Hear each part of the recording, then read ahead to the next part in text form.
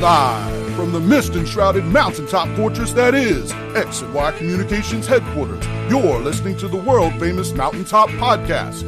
And now, here's your host, Scott McKay. Oh, how's it going, gentlemen? Welcome to yet another episode of the world-famous Mountaintop Podcast. I am your host, Scott McKay, at Scott McKay on YouTube, Twitter, just about every social media platform.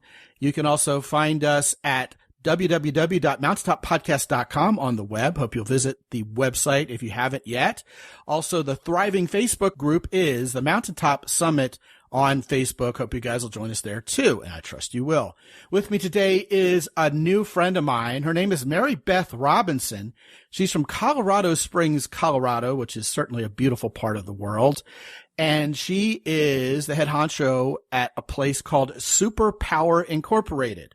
Now, I got to let you know, that is probably one of the most appropriately named business ventures I've ever heard of, because what Mary Beth specializes in, you guys are going to love this and you're going to love her, is she specializes in helping you find your superpower. Mary Beth, welcome to the program.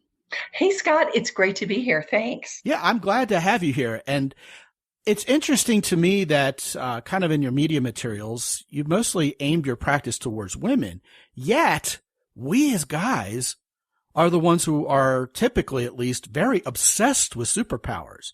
We watch Marvel movies and read DC comics, and the superpower phenomenon, superheroes in particular, seems to be a very male-dominated genre in terms of our thoughts and our attention, right?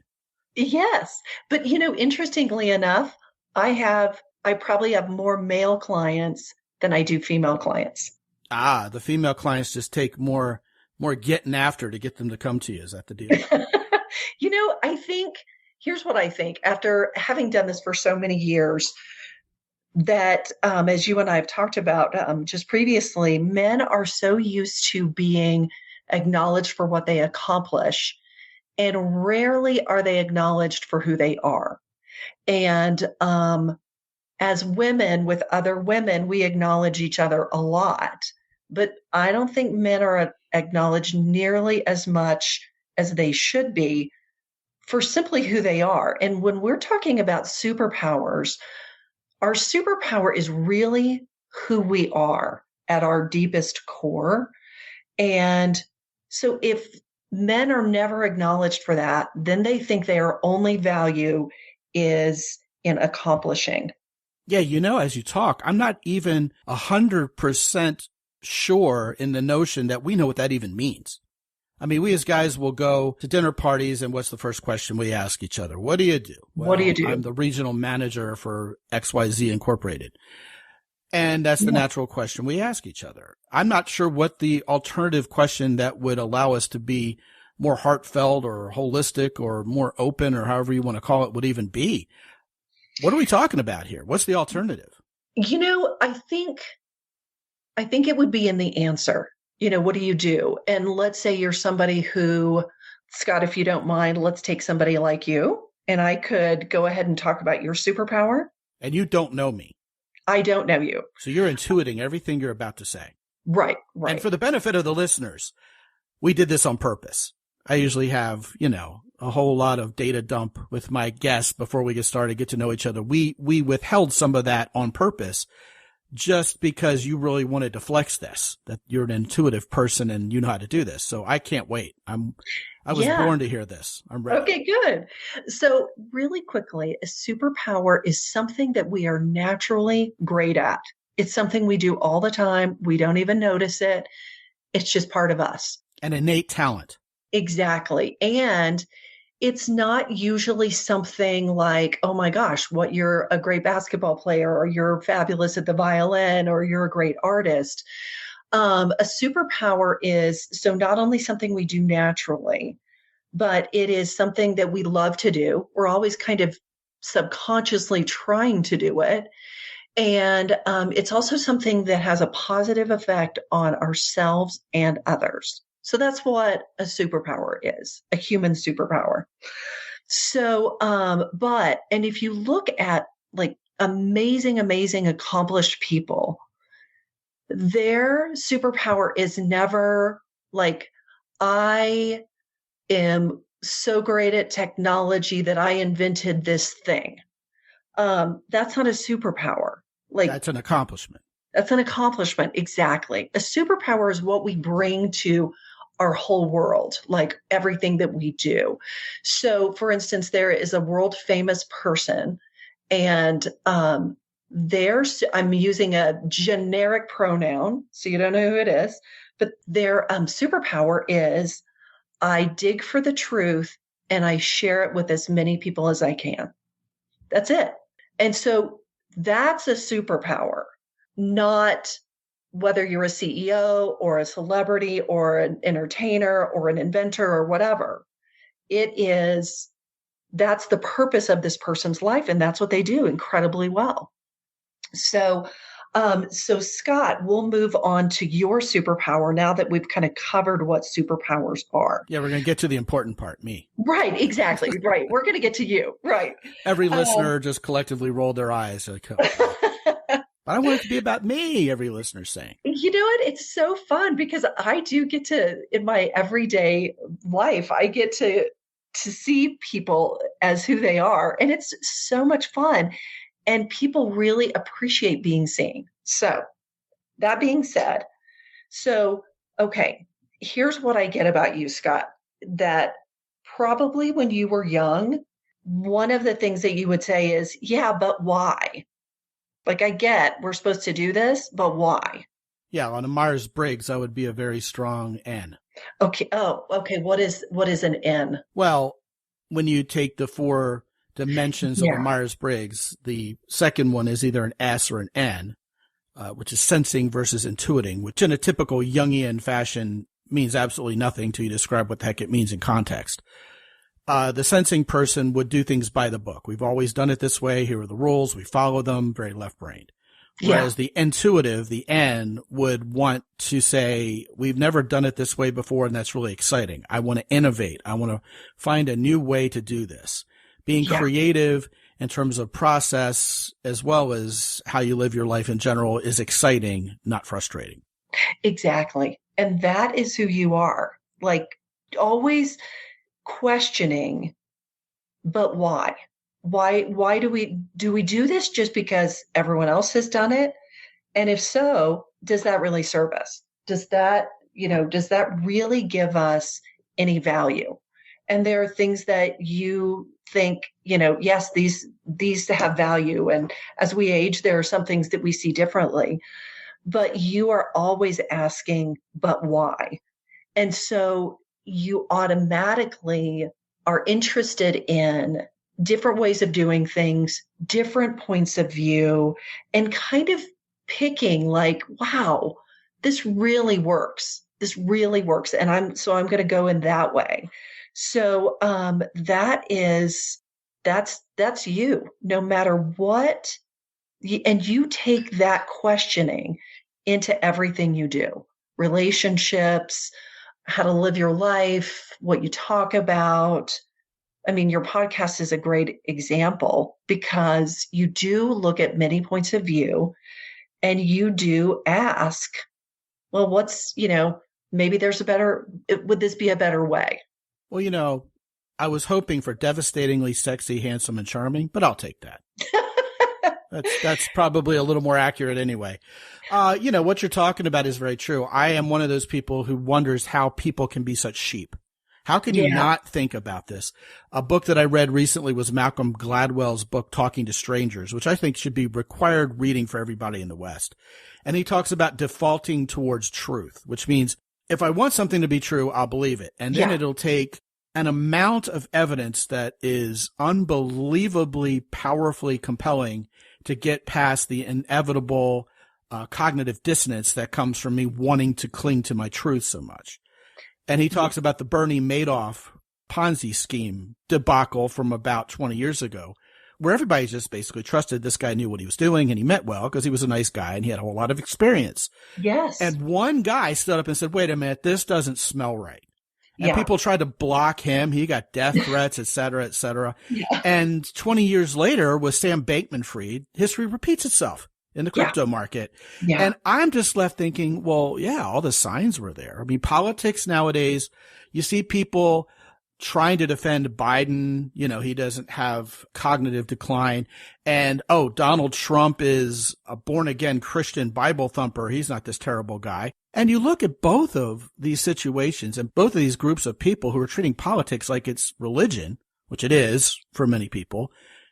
And I'll tell you what, Mary Beth, I come up with this apparently original thought. Why can't they both be idiots? I mean, is that an option here? Can all these politicians be a little less than honest all the time or ethical, or, could it be that everybody's trying to get paid under the table here? But apparently that's not an option, because you got to pick a side and cling to it to the bitter end, even vis-a-vis the hideous truth. So yeah, I think that's exactly correct. And I find it amazing that so few people really ask why. They just blindly follow along. And with that, for me, comes anti-victimhood. I don't want to be beholden to anybody either. I want to make my own way, come up with my own solutions, and have that sense of accomplishment, which I guess is to be expected given that I'm a man. I'm still tied to my accomplishments. But, ultimately, I agree with everything you said. I think you're right on the money. That's really fascinating. Well, and the interesting thing is the other part of it for you is that it is also about freedom. You are a fierce guarder of your own freedom. You will not be put in any kind of box or, this guy is like this and put in any kind of preconceived notions, because you're always evolving. But freedom is huge for you, and you've always gone your own way. And so if we take this and say, okay, here is your superpower. I don't do anything just for fun. I only work with people on their superpowers because it makes a difference. So now that we have your superpower, what difference does that make? And part of what a difference that makes is that you actually take something that's really obvious. Like you just said, I don't know how people don't think like this. But that people don't think like this. There are many people who don't. So we assume that however we are, for at least a while, we assume that that's how other people are. So we completely dismiss our superpower. And your superpower is that you do like to really connect with people, and you love the exchange of ideas, and ultimately you love that freedom I really find this works for me. I'm going to do it. I don't care what anybody says. So in whatever you decide to do with your life, and this podcast is certainly part of it, you're using your superpower, and you're using it in ways that really open up things for other people, and they're interested in what you're finding, and you share your ideas so generously and so succinctly that they can understand them. So you can build a following very easily, because people are drawn to, oh gosh, this sounds practical. This makes sense. And I really love that concept of let's see what works, and let's go out there and let's not be afraid to think. Well, I've never been accused of being succinct. I've been talked about as being a little long-winded, frankly. Yes, a little verbose. Yeah, because I have been described as someone who loves to listen to himself talk. And I'm probably guilty as charged. I'm one of those people who learns by talking. When I talk things out, I figure things out. Yes. Yeah. So once again, not doing what you're told back in grade school. You have two ears and one mouth for a reason. I have not ever figured out that reason. I need two mouths, It's like, like when you have a really, really good meal, you wish you had two stomachs, that kind of thing. Right. Along those same lines. Exactly. But, that's one of the things that's great about you.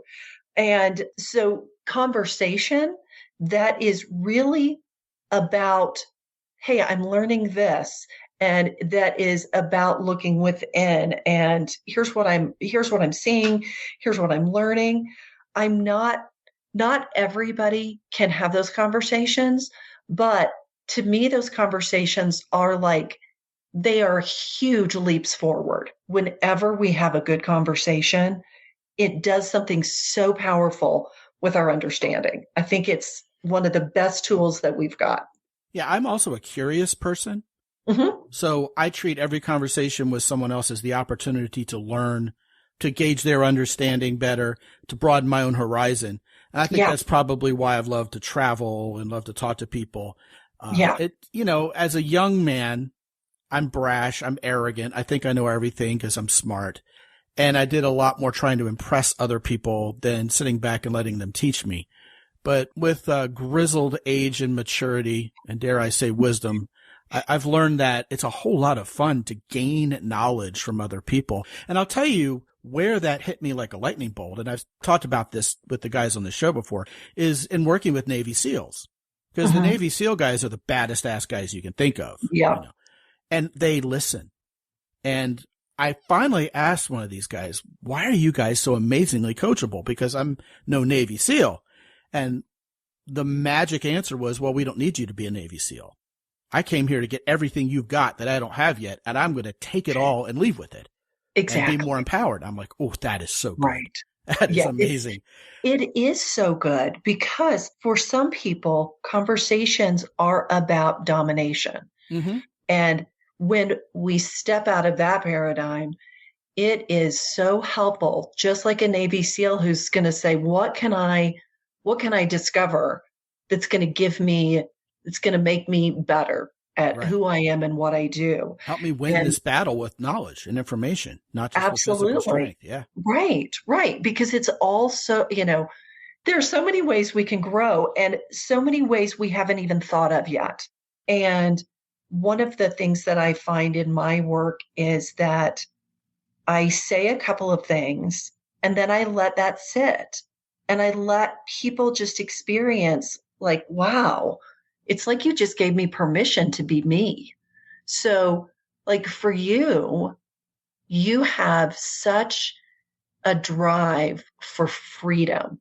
It's so important to you that you are never tied down in a way other than that you have gone out and said, okay, I'm going to stay within these parameters and a certain thing. That's fine if you're the one who says it. Yeah, usually that has everything to do with, will I get arrested for doing this or not? Right. Well, back to freedom, right? Yeah. Right, exactly. Right. But I guess I want to make clear that any kind of new information that we get, and what I usually point out is it's never a huge surprise to somebody, but it's like a reminder, like you have freedom to use this ability you have to the nth degree.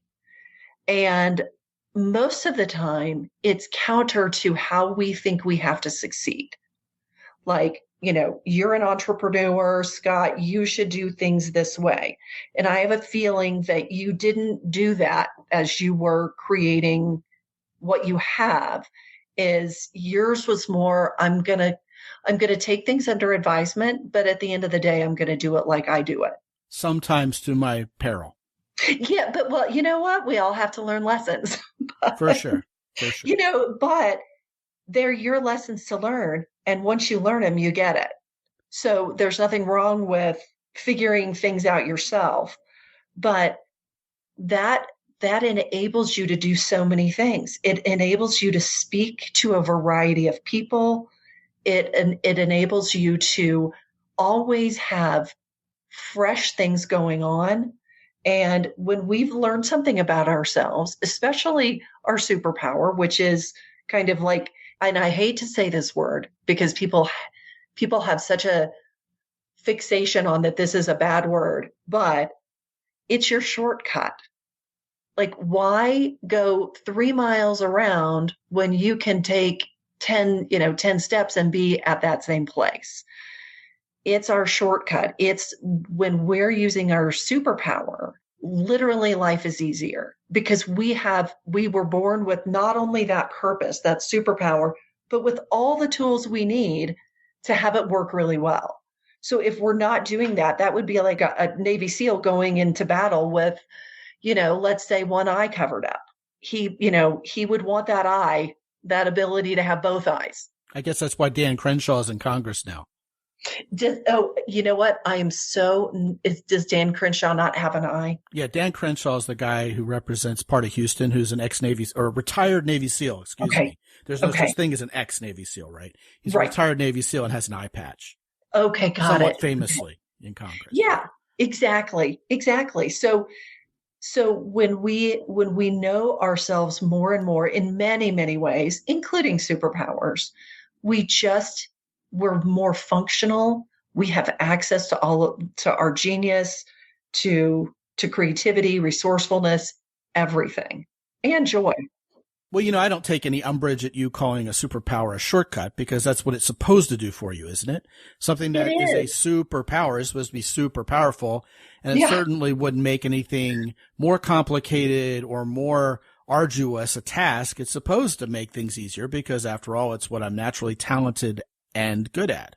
Right. Yeah, I see that. Yeah. I feel like we've talked about me a little too much here, and I want to talk about how guys can find their own superpower.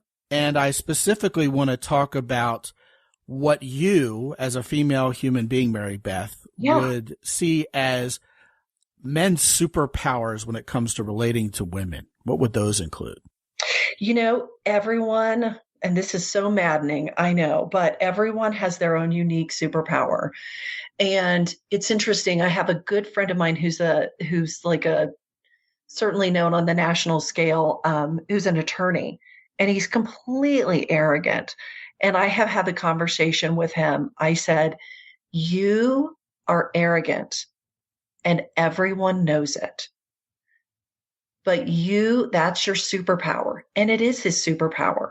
Before we had this conversation, he would hide it and he would look kind of smarmy, like you're like, why are you pretending?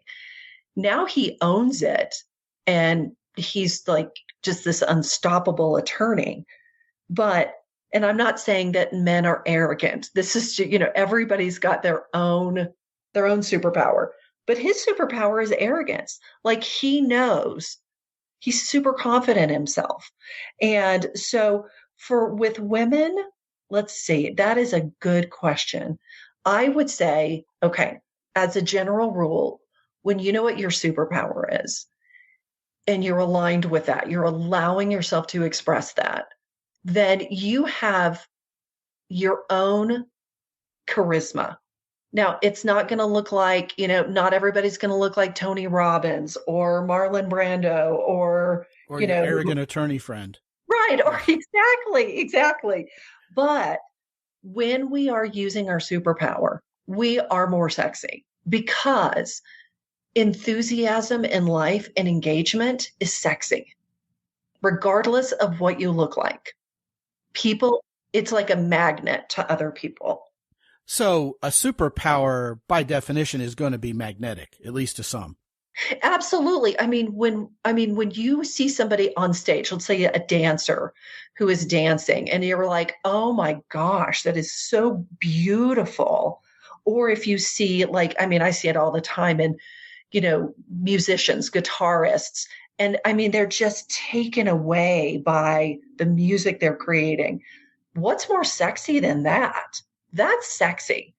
What if you have a man who is like a great teacher, like he can teach anybody anything, and people are just left with, oh my gosh, I was just in the presence of mastery. That is sexy too. It's not what you're doing. It's your alignment with who you are that is sexy. Let's talk about that for a second, because I think that bears some elaboration. Yeah. Okay. Because remember, a lot of us as men are still tied to our accomplishments. I'm a great guitarist, therefore I'm sexy because I learned how to play guitar. Playing guitar is a chick magnet, right? I think most guys would cognitively be able to wrap their minds around that.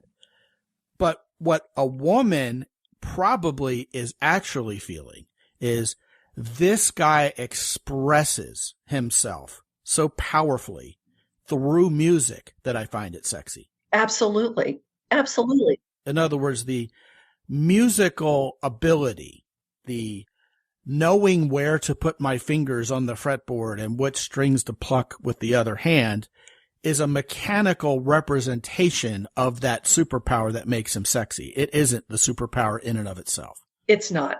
It's Right. absolutely not. You know, it's somebody who's doing something that really is their purpose. And when anybody does that, it doesn't matter. It's what you're bringing to what you're doing. Because I've seen guitarists who don't look sexy. All right. Can I offer a few examples? Real life human beings. I know you don't want to drop names. You said that this arrogant attorney you know and this other person you know, we probably know who they are. Yeah. I'm going to drop names. Okay. Okay. And I'm going to do so in the context of certain fields. Okay. Right? Okay. Politics. Certain politicians are sexy. Certain politicians aren't. Bill Clinton is sexy to women. Totally. Right. Because Ted Cruz is sexy to nobody. right. Except perhaps his wife. Why? Right. Because Ted Cruz is wonkish. He's a lawyer. He is by the book. He's a policy wonk. Okay? Yeah. He's a policy guy. Mm-hmm. You could argue he has some personality traits that make him not particularly likable or charismatic. Yeah. But there's that word again, charisma. Charisma to me is defined as likability combined with leadership. I love this person and I'm following them wherever they're going. That's charisma. So Bill Clinton, for all his foibles, playing around with interns in the Oval Office and, you know, whatever his policies were, he was so darned likable that we voted him back in office regardless. Whereas Ted Cruz is constantly on the edge of being thrown out, even in a red state, because people hold their nose and vote for him. Right. And what I would say is that, you know, say what you will about Bill Clinton, and there's lots to say, but deep in his heart, he really does like people. He likes people. Yes, I believe that. Yeah, exactly. And so when he talks to people, they're like, he likes me. And you know why? Because he does. Now, in politics, there is that danger of, gosh, I've got to be this way and I've got to be that way. And let's say you're somebody who is just kind of a curmudgeon and you really care about, let's say, I don't know, wind farms. Okay. Right. And you're all about wind farms and you're into it. You're going to be more sexy making policies for wind farms than you are trying to be like Bill Clinton. Because Ted Cruz probably tries to be like, you know, something, and he's just missing the mark. He's not aligned with who he really is. And when people are aligned with who they really are, they are sexy in a certain way. Like for me, I know Eric Clapton is an incredible guitarist. I don't find him sexy on stage. Interesting. But like Mark Knopfler, incredibly sexy. Wow. I know. I didn't see that coming. Well, and Mark Knopfler is he is not a classically good looking guy. But when he is playing, he's all in. And Eric Clapton tends to be an incredible technician. But if he's not really in the moment, he's not sexy. Interesting. Okay, let's go on. Okay. I have a point I want to make about politics, but I am going to dissect this conversation from vertical market for the sake of keeping the topic intact that we're talking about in terms of superpowers themselves. Hope that makes sense. Okay. A comedian who is going to be successful commercially, even, you know, in their career, is going to have a successful career, generally speaking, is someone who loves their audience and really wants them to have a good time. I don't know about that. Well, hold on. Let me finish my thought. Okay. The opposite would be the person who's only seeking approval and needs people to laugh at their jokes. Oh. Because human nature is such that we will withhold laughter and approval from people who seek it too much. I totally agree with that. Yeah. So if you go to open mic night and see all the people who'll never make it, they're too busy trying to get approval. They're like, hey, I'm funny, aren't I? Yeah. Right? Whereas someone like a Gabriel Iglesias or a Larry the Cable Guy will get up there and just have fun and help people enjoy the time as much as they are. If they're not enjoying the laughter, the people in the audience won't either. But I'd love to hear where you're dissenting with me on this point. So go ahead. Okay, there are people that are upset, like Jeff Foxworthy. He looks just like the nicest guy ever. He actually does. I don't know if he is, but he sure seems like it. And he likes his audience. But then you get Ron White. Do you know who Ron White is? But I love Ron White. Yes. And you know what's great about him? I don't think he cares about his, I don't know what I can say here, but he does not care. I don't think he cares about his audience at all, but not in a bad way. Ron White is fully being Ron White with no apologies. Well, I guess I'm not talking about neediness. Yeah. I'm talking about anti-neediness. You love the craft. You love the work. It's the love of the game. I'm good at it. I'm sharing something with you. I want us all to have a good time. Yes. Right. Not now that I is need true. you to love me. Right. Okay. Yeah. And in that context, absolutely. Right. His superpower is helping people feel comfortable and entertained, and he just relaxes into that instead of force feeding it. Exactly. And he just is who he is. I think we so easily jump into the what's the guy thing to do here, and what's the, and it's all like looking at other examples of people. But when then you look at examples of people who powerfully are who they are, so many of those rules go out the window. All right. So a couple more examples. Generically speaking, we've all had to deal with a salesperson who was in sales because they couldn't get a job elsewhere or thought it'd be a lazy way to make money. Sure. Meanwhile, we've all had salespeople who we forget are salespeople because they're quite literally helping us buy what we want already. Right. Big difference. One person is a gifted salesperson. The other person isn't. Yeah. That's what I'm talking about. Okay. Now I want to go back to politics for a second. Some people may have a superpower that draws people to them, but may be polarizing at the same time. So Donald Trump to me sounds a lot like your friend who's the attorney. He's incredibly arrogant and won't let anything get to him. And if you believe with Donald Trump and what Donald Trump's about, you think that's the greatest thing ever and he's your hero. If you don't like Donald Trump's policies and you disagree with them, then he needs to go to jail for the rest of his life. Because what a jerk. Mm-hmm. Right. So is that a superpower or is that something else? That's a good question. It really is. I mean, I think that Donald Trump certainly has superpowers. I mean, everybody does. It's just about how you use them. And there are people who are naturally really, they just have a natural way to get people to follow them. But a superpower, one of the three tenets is it makes a positive difference for yourself and others. Mm-hmm. So I would say that polarizing people, while it may do certain things, it may not be the most effective way to lead. So, sometimes people take their superpower. Every superpower has a dark side.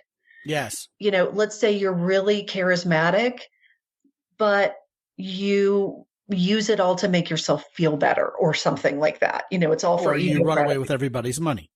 Yeah, exactly. After swindling them. Right. Right. Yeah. So Donald Trump, of course, has amazing superpowers. His superpower is to make everybody talk about him all the time, like we're doing right now. Right. I know. It is amazing. You're absolutely right. Yeah. But it really doesn't have the effect that it would if it were used in a positive manner. I agree with that. Donald Trump would be Reagan-esquely powerful and popular if he didn't have that dark side that threw a wrench in everything. You know what? I do. I don't see anything wrong with that statement. I mean, even when Joe Biden, and we understand he's getting a little older and maybe he's not all there, but when he went to Hawaii, where people were literally burned alive. Oh my gosh. And he's talking about himself and his Corvette. Mm-hmm. That is a squandered opportunity to gain support. Right. It is. I mean, if he almost had a tear in his eye and went, man, I'm so unbelievably humbled by what's going on here. Right. And listen, I'm going to send FEMA over here like I've never sent FEMA anywhere in my entire life.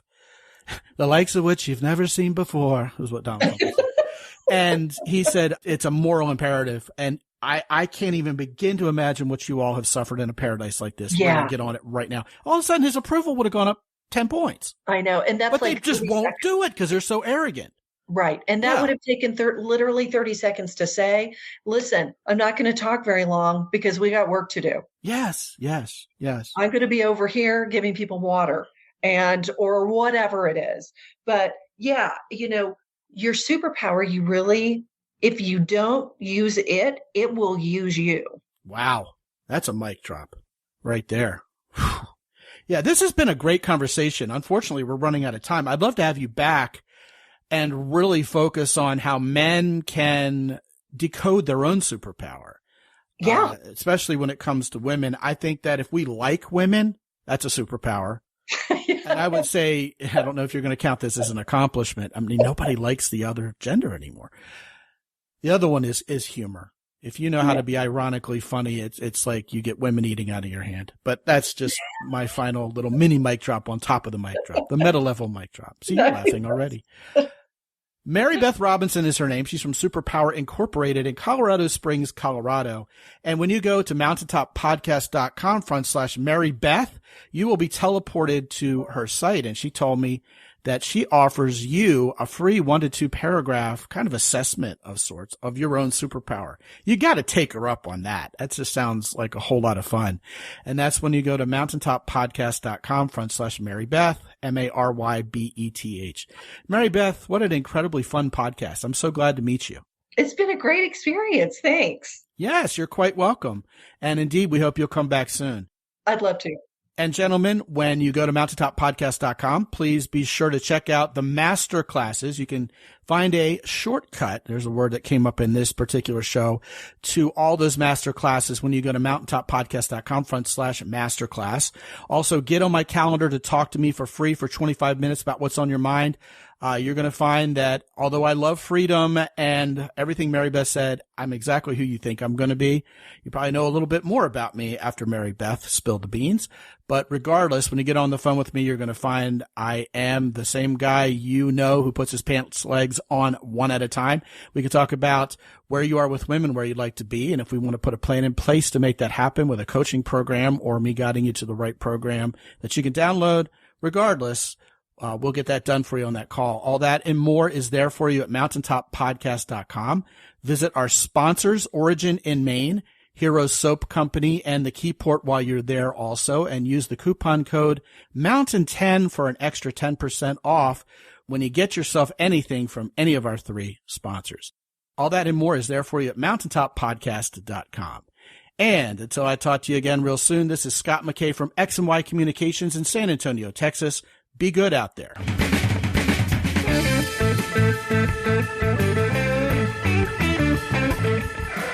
The Mountaintop Podcast is produced by X&Y Communications. All rights reserved worldwide. Be sure to visit www.mountaintoppodcast.com for show notes. And while you're there, sign up for the free X&Y Communications newsletter for men. This is Ed Roy Odom speaking for the Mountaintop Podcast.